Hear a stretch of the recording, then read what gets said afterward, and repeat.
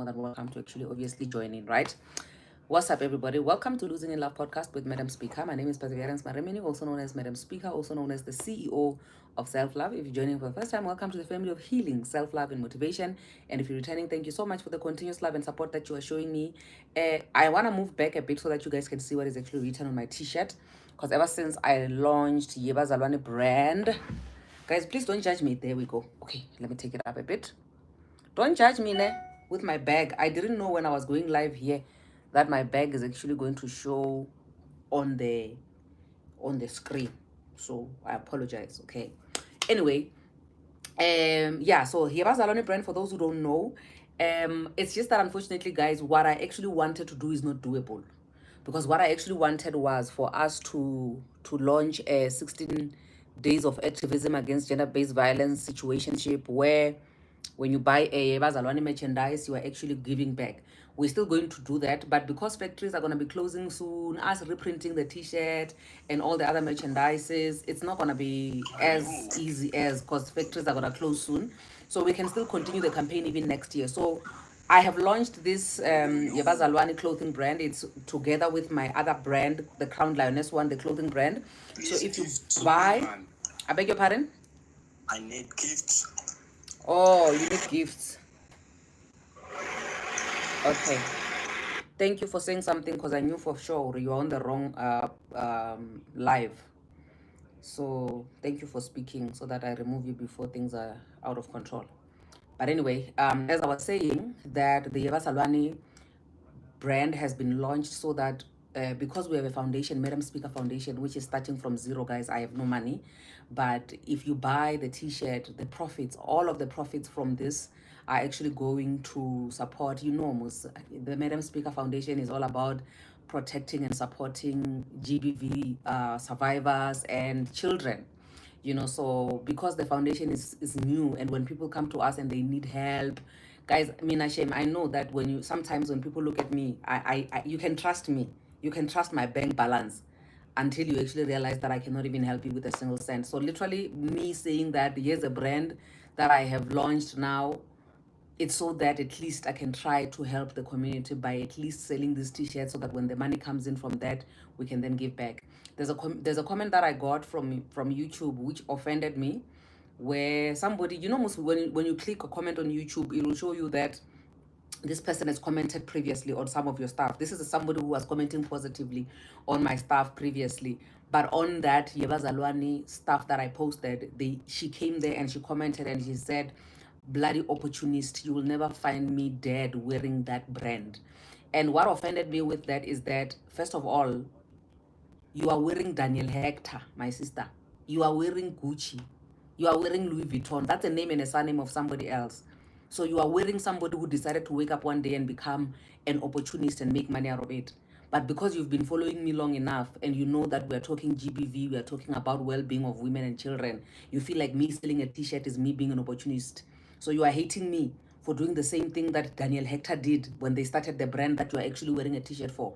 I don't know whether I should say you are the problem, you are the witch here, or you are just taking your brain and you are sitting on it. But I took offense when somebody said that they will never be caught dead wearing a Bazalwane brand, and then they said that I'm a bloody opportunist. Everybody out there who's trying to make a business is an opportunist. And what actually offends me about this is that every money that comes from this is actually going to other people. There are people who are coming on my platform every single day. You guys are mentioning me on posts where people need money. Where do you think I get that money from?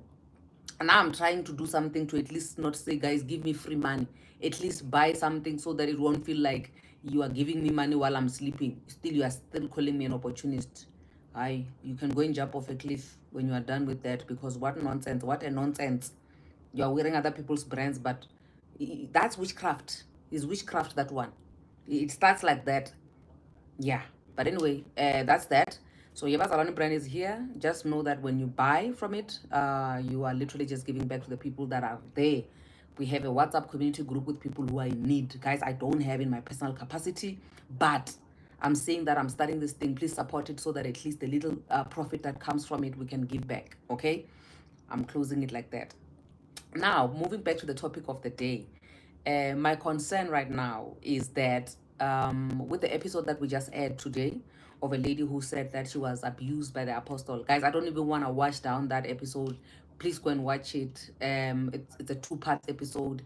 You need to, don't watch it in the middle of the night because it's gonna be scary for you. Watch it now or during the day or something. I don't know, but it's a very heartbreaking episode. There are words which was said by the lady. Her name is Nompumelelo on that episode, where she said that because her story is so painful, her virginity was taken away from her by a pastor that she went to for prayer. From there, she was then violated by 7 men, including her boyfriend and his friends. From there, she was violated by a stepfather. She was violated by an uncle and she fell pregnant. She was violated. She's been violated. Everywhere she goes, she gets violated to a point where she ended up being violated by a prophet, not a prophet, an apostle who's a woman who took her hand, stuck it in her vagina up to here, and then she says from that day going forward she started having seizures. But the one thing that actually broke my heart that I want us to talk about, yes, I'm asking, I said in the episodes, the two-part episode, to say, guys, please come forward and help where you can, because she needs to get her justice. You get what I mean? She's been through a lot, that child. I don't think she knows what some of us would call a normal life. You get what I mean? And that's not fair. But I do believe that God will help her, and if we are here, we can actually help her, you know. But you can go and watch that two-part, but you need to really be strong for it, or you need to watch it and take breaks in between, because it was a lot. It was a lot even for me to actually watch it. I think there's a part where she said that the apostle made her lick the apostle's blood, which was on the apostle's vagina, and then when she spit the blood out, the apostle said she has to swallow the blood. So she swallowed that. So you can imagine the type of life that this child has lived, you know. But the thing that I wanted us to talk about, which I saw also in the comment section, was where somebody saying it seems like once you get sexually violated once, you're going to be violated for the rest of your life. Once you get beaten up once, you're going to be beaten up for the rest of your life. That is a concerning issue for me, you know, to say that if that is a thing. And also, what one other thing that concerns me about that is that we still have pending episodes. We still have episodes that have not yet been aired of a similar nature, where somebody was violated by many men. She got her justice, the men were sentenced, but she still got violated by other people on a different occasion somewhere else. So I don't know whether we're in a position to be spiritualizing this whole thing, you know, or what, or is it psychologically? I don't know, guys. That's why I'm saying that this one, me now personally, I don't have any comment on it, because like, guys, Mina, the only abuse that I always speak about that I know, it's financial abuse. I don't know anything about physical abuse. I got married, I got divorced. That man never even laid his hand on me.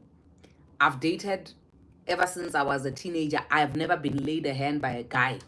I've never been violated by a guy sexually, nothing. None of those things have ever happened to me. So I can't relate on that topic. But just because I can't relate, it doesn't mean that I cannot be concerned about people who can actually relate. Because my concern now is that if somebody has been through an experience like that once, how can we help them to break that chain? How do we break that curse, if it is a curse? How do we break that? Because I don't believe that anybody applies for something like this to happen to their lives. But there must be a certain world that you live in if you've experienced such traumas. Because I don't think you would view the world the same way that I view the world. I don't think that my kid views the world the way that I view it. Because my kid just sees me as a superhero. My kid, my daughter thinks I know everything. She thinks I have answers to everything, and I don't. But because of the world that she lives in her head, and the limits of what she knows, it makes it easy for her to think what she thinks. So I also would like to believe that even with me, because I've never had such experiences, there's a certain world that I'm learning every day when I engage with you guys on the socials, to say, oh, actually things are not as black and white as I thought or as I think they are. You know, simple things like when we'd be engaging on maintenance, just because my maintenance issue was smooth and it was done within a month, other people are dragging, other people don't want to do it. It opened up my mind to say, oh no, things are not always as black and white just because it was like that with you. So I would like to believe that things are not as black and white even with all these other things. That's why I'm saying that, I don't know, maybe we can then come and help each other and see, you know, and make each other see reason on what these things mean. What are they? What is your experience? How did you eventually break that curse? Because I feel like this is a topic that, if it means that we need to take more than one day to have a full segment of this, then I would rather we do that, because I feel like it's a very urgent matter, you know. Hi Aretha, my darling. Hello, my love. How are you? Bree. You good? I'm very good. How are you, my love? I'm good, my darling. Talk to me. What is your thought? What is your take on this issue? Number one, this is for you.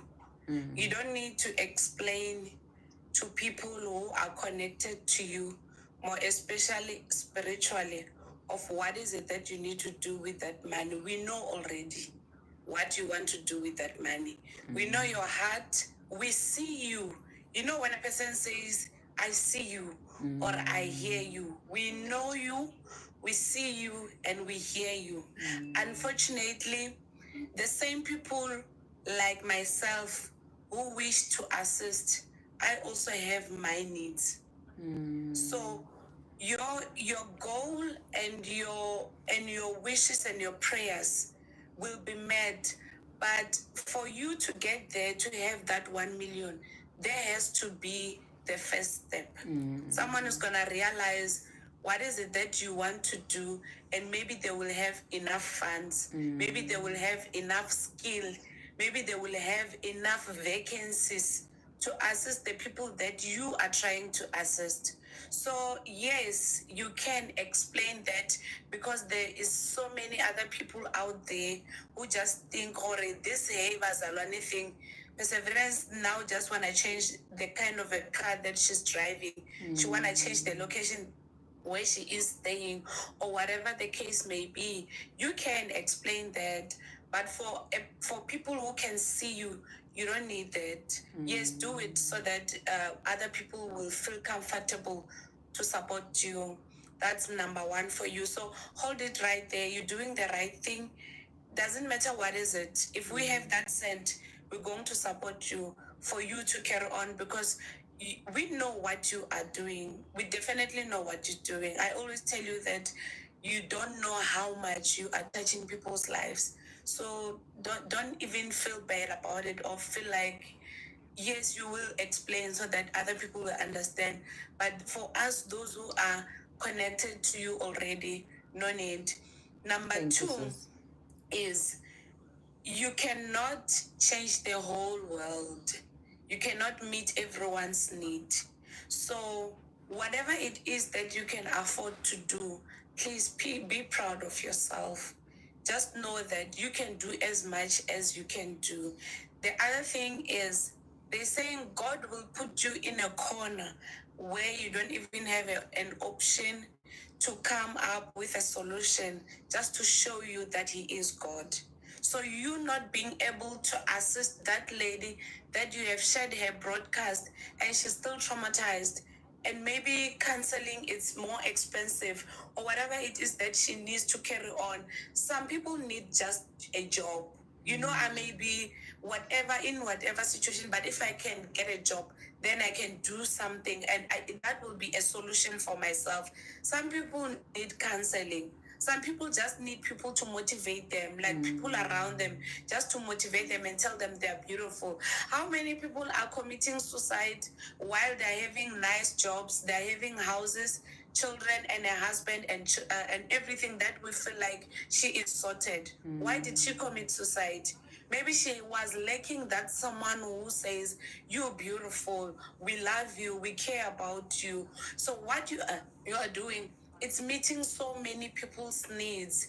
So whatever it is that you are doing a great job. And for you to meet that one person's need, please sleep at night and know that I have assisted one person. Even if it's one person a week, it's okay. Don't even go there worrying that, I left this person and she's unemployed and I couldn't do anything because I don't have money. You're lacking money to assist that person, because it is not your time right now to have that sent to help those people. God can do a miracle for someone to come and just sponsor you with 1 million. But because it is not God's time, we're waiting for His time. But let us support each other. While you're speaking, I'm sure there are counselors, there are social workers, there's everyone who's meeting you halfway to assisting these people. Yeah. This is a great job. Thank you so much. So this is enough. This is even more than enough. And I heard you saying that you are tired. When you feel tired, please take a break. We love you. We want to see you every day, but please take care of yourself. You are the medium of self-love. So do it. Please, when you're tired, please take care of yourself. You need to rest mentally. You need to rest psychologically. You need to rest financially so that you get back your strength. You get back what is it that you need to do. And remember, you think better when you are rested than when you are under pressure. Yeah. So as much as we love you and we need you, please take care of yourself. I love you so much, so much. Thank you so much. I love you so much more. Thank you so much. You just spoke life. You just spoke life into my life. Thank you so much. I really, really appreciate you. Sly? Amen, amen, Aretha. Hi, Sis P. Hi, darling. Yo, Sis P, can I get you? Oh, what I was talking about that other lady, ne?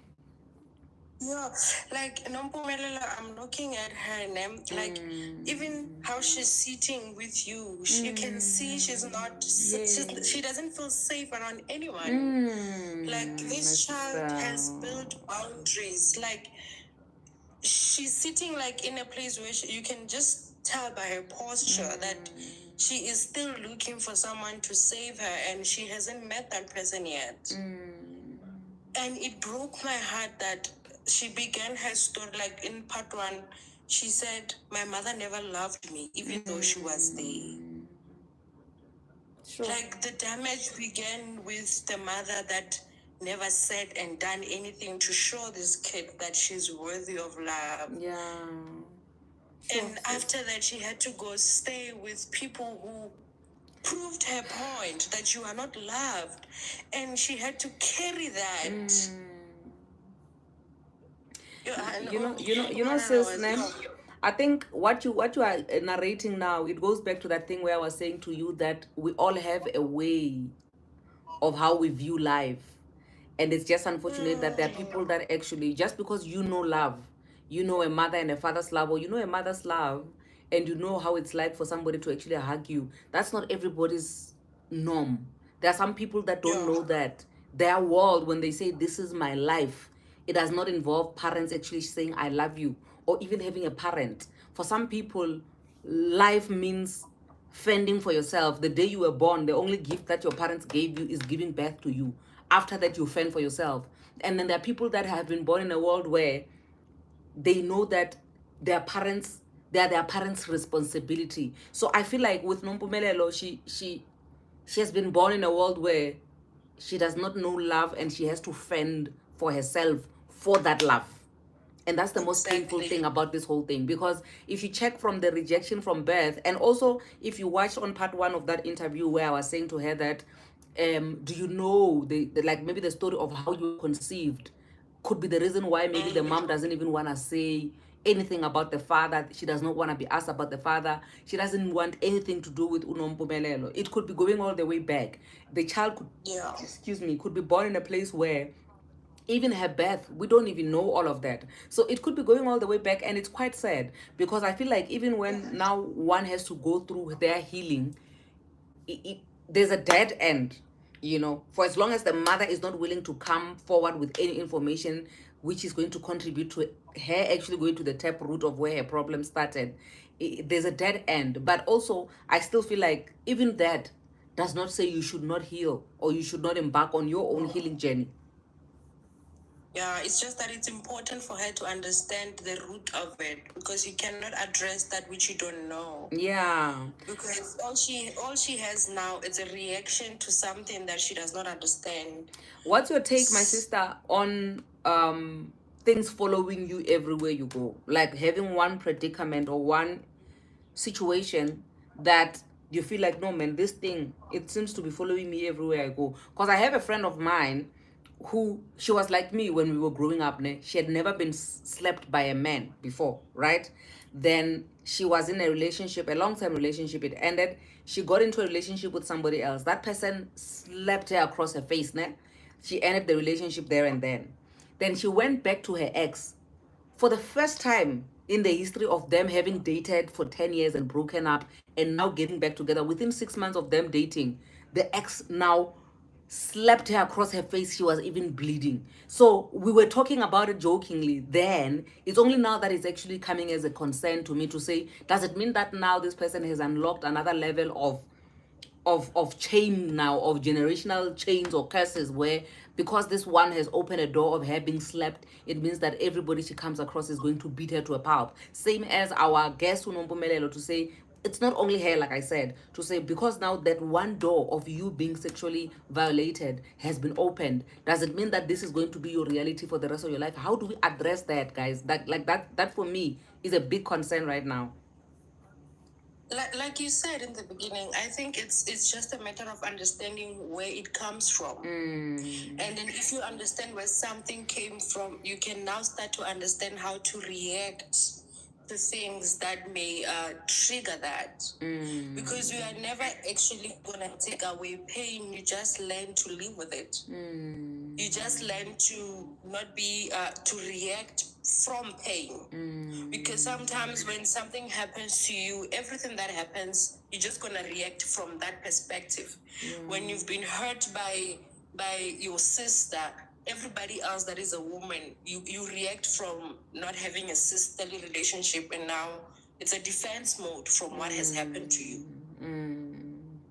So you need to have a way of, because for example, with the friend that you just spoke about, I'm not saying it's true, but it might be that now that somebody slapped her, she continuously looking for ways to avoid that, and therefore it might actually bring that upon you.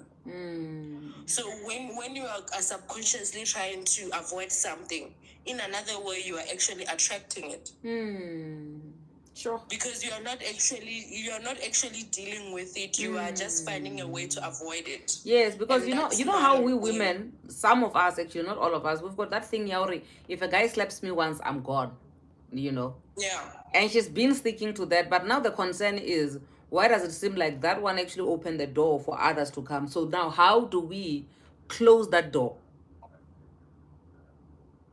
That's the thing I'm saying. I don't think there is a way of just closing a door. It's just a matter of understanding it and knowing how to not react from it.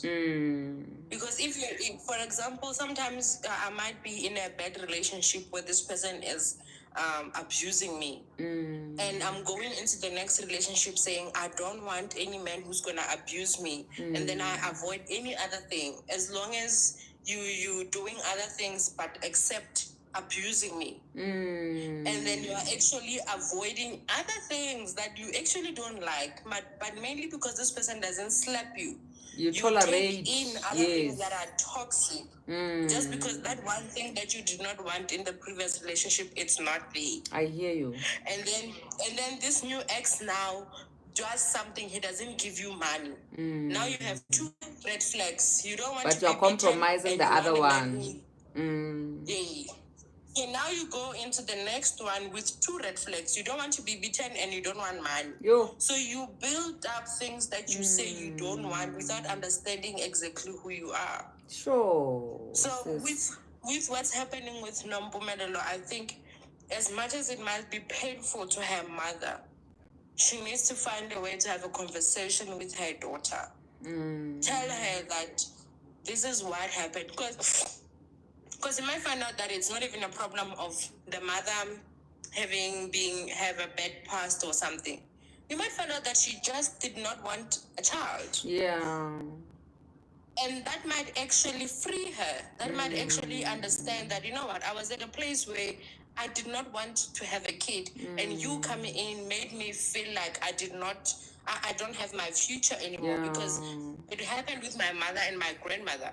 My grandmother left my mother with my mother's grandmother, mainly because she was not ready to have a child. I hear you.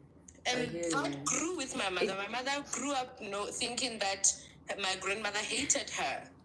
You know, Sly, ne? what you're saying is actually so profound and thought-provoking for me, because I'm thinking to myself that, just because somebody does not want to speak about whatever that is making them behave the way that they're behaving, it doesn't always mean that it's deep. It's not always that deep that people don't want to talk about why they're behaving the way they're behaving. Sometimes it could be just something light, and they're just not in a mood, or they don't feel like talking about it. Yeah, and remember, we have parents who from a state where they say, I don't have to explain anything to a child. That's what Understand? Nompumelelo says her mother used to say. I'm not I'm not a peer of children, and I'm not your age mate, when she speaks about her father. You know. You know.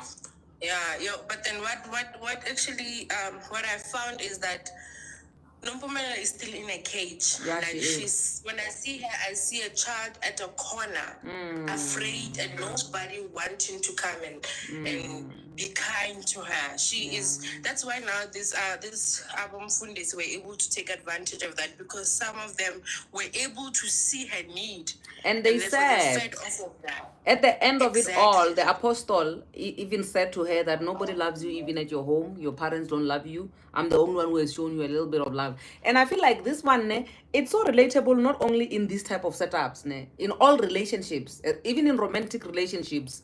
People go back to their abusers all the time, not because they don't know that they deserve better, they should get better, but because they've never had better, they've never tasted better. So even somebody who's abusing you 90% of the time and giving you 10% love, sometimes it's better, because at least there's a little bit of love that you're getting, compared to you going to a place or at home where there's 0% love 24/7, but there's no abuse. Very true, very true, and that's what I was saying with the red flags I was explaining in the beginning. That you say, as long as he doesn't do this one thing, I'm going to stay in this toxic environment. Yeah. Because at least he's not abusing me with this part. Yeah. No, I And hear you. yeah, Thank you so much, my darling. Aretha is back. Hey, babes. I am back.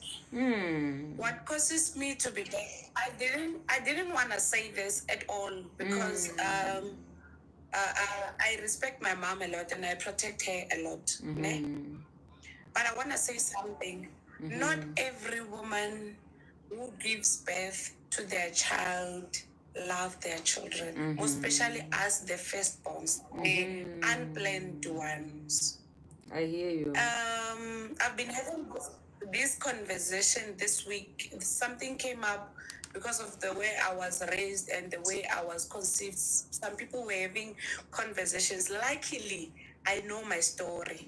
I know everything that happened. Luckily, when I was still young, I asked people around me, and there's one woman whom I'm not gonna mention, who told me what happened when my mom conceived me. So when a woman gives birth, please guys, let's listen to what I'm going to say right now. When a woman gives birth to a child and they don't love that child, they are not pretending. Sure. They don't love that child. And let me tell you something else.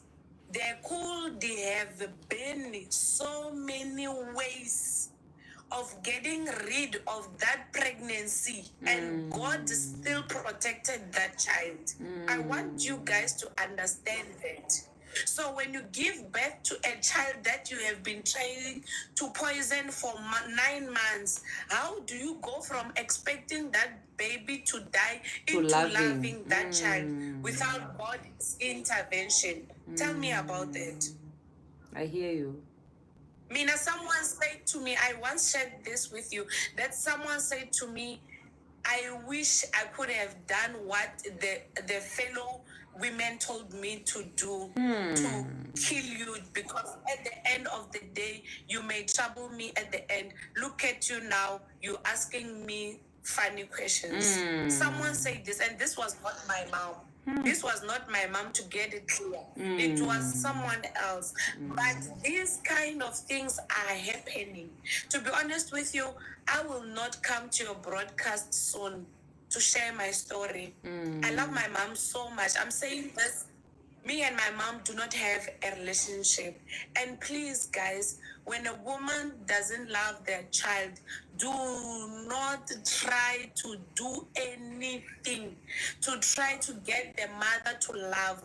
It's the same thing with a man. We're preaching every day that no matter how much you fast and you pray for that man, you pay for his bills, you take a loan for him, you buy a car for him, he will also take that car and give it to another woman to drive and while you're walking, just because you will never ever change someone's heart.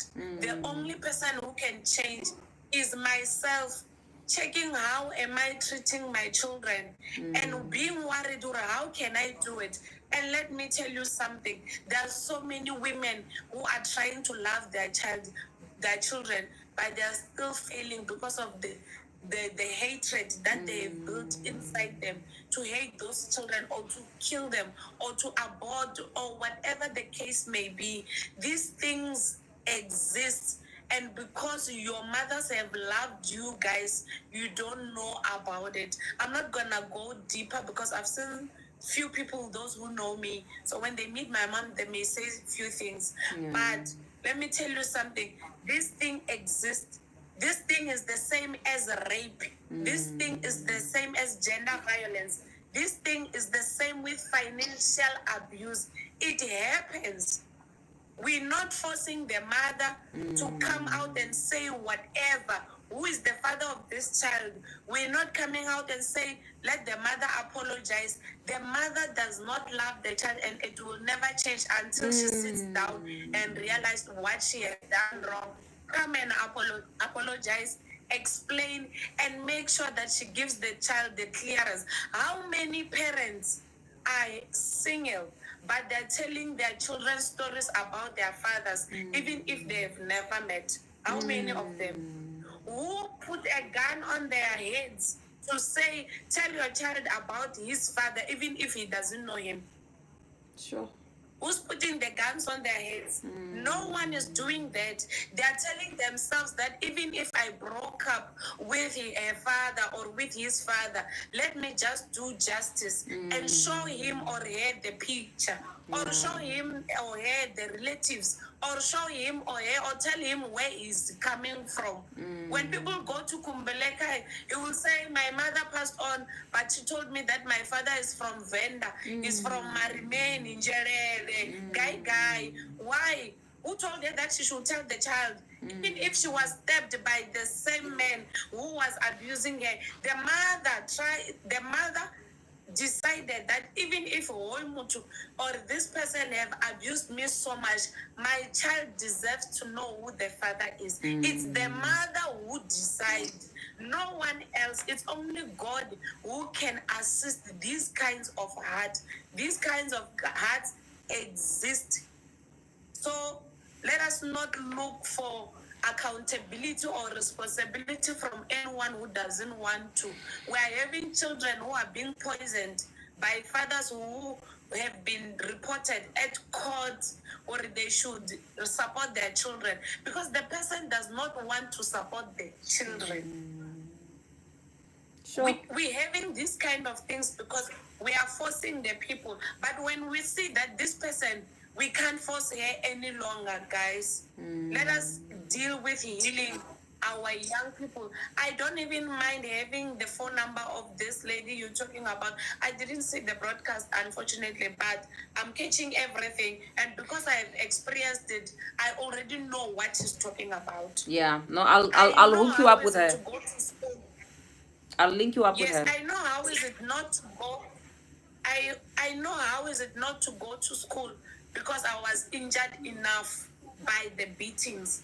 I know how is that. I know how when a person can say, I am not your mother while beating you up. So I did not get answers. Yes, my love. You know what, Arika, what hurts me the most is It's not a lady that we are talking about. It's a child. Yes. I know. Like, I'm from there. She is a child. And when you look at her, like, yeah. So I think the another best thing for her is, I think, getting her into a community of children, not like kids, but youth that loves and understand love, youth that will make her understand that there is better ways. I think she has been hurt so much by adults that she's not going to allow any adult to tell her how to be happy. I think from a perspective of young, I think I've seen group of young adults, young kids from the university who sit and counsel one another. The things that they're able to say to one another, they're able to heal one another, they're able to show one another the other side of the pain. And one of them, they would say, I don't trust adults because I'm in pain because of adults. So if she can get a community of people her age who know the other side of the pain, she might actually be able to be influenced by that to get to see and understand her pain from that perspective. Yeah. It's not a problem if she can meet those people. But let me tell you something. This has been happening to me for the past 37 years. I was there at the age of 2 years. I was there at the age of 5 years. If I can share my story right now, you will see what I'm talking. I'm talking about something that I have experienced. I won't even tell anyone in this world what I use instead of sanitary towels because I never had them. I'm trying to show you where I am coming from. And I am a very healed person. God has shown me who am I. I just don't have a million to show it. But my heart and the healing that I have, the faith that I have, the things those I'm going to do from now going forward, and the people that I'm going to assist, that will be my testimony. So, yes, her age, I understand. But because I've been there, if I can tell you which year this thing happened, then you will realize that I've been there. I have been there. I didn't see the broadcast. I'll search it, then I'll watch it. It's the one that I did today. So it's the latest. Okay. I saw the advert. I didn't just get the time. So whatever it is, Mina, I'm healed. I can hug my mom. I can kiss her. I can do anything for her. And I will never ever do anything to harm her. I can do whatever it is that I need to do for my mom, and she has never said sorry. That's how healed I am. I'm just trying to show you that it is possible to heal without anyone giving you any explanation. I hear you, sis. Oh man, thank you so much, guys. Today we're gonna have to wrap it up, ne? It was beautiful. Thank you so much, Aratha. I appreciate you every single time when you join. Sly, I love you long time also. I appreciate you also every time when you join, because even when people don't agree with you, you still stand on business. I remember the last time you were standing on business. But thank you so much, guys, for joining in. I see both our guests have disappeared. But yeah, basically that is it. Let's continue with this conversation in the comment section down below. Please give me a super. My YouTube manager said I must encourage people to give me super stick. Is it super stickers or stickies, something like that? Yes, please do. We shall communicate. We shall see each other on the flip side. I don't know when else we're gonna go live, but our usual live times is every Thursday at 7 p.m. If there's a need for us to do, please stay tuned, and also stay tuned for all our other sister podcasts, Opinionated, and also we have a new segment, the Opinionated Gospel edition. We have had our first guest there, who is Ropiwa Manyaga, such a breath of fresh air of an interview. Like I can't think of anybody else that we could have started with who would have just made it set the tone of what the podcast is all about. That I did say in that episode that the reason why we have Opinionated Gospel Edition is so that because we feed from their music for us to be strengthened and still come back here on the socials and strengthen each other. We are part of the same family. We make a full circle. So it's very important for us to always be inclusive of the building blocks because we are all part of the body of Christ and we help each other and build each other on a daily basis. So, but then with that, guys, I also look forward to seeing your orders, ne? Of the Yebazalwane merchandise, all in support of the Madam Speaker Foundation, which is helping the women and the children, you know, all our GBV survivors who don't know where to start, where to go, where to find help. We are here to help them, and I believe that with the funding that we're going to be making, that little profit from the merchandise is what we're going to be using to at least help a sister out stand and also help children. I love you guys. I'll see you on the flip side. God bless you. Mwah, mwah, mwah.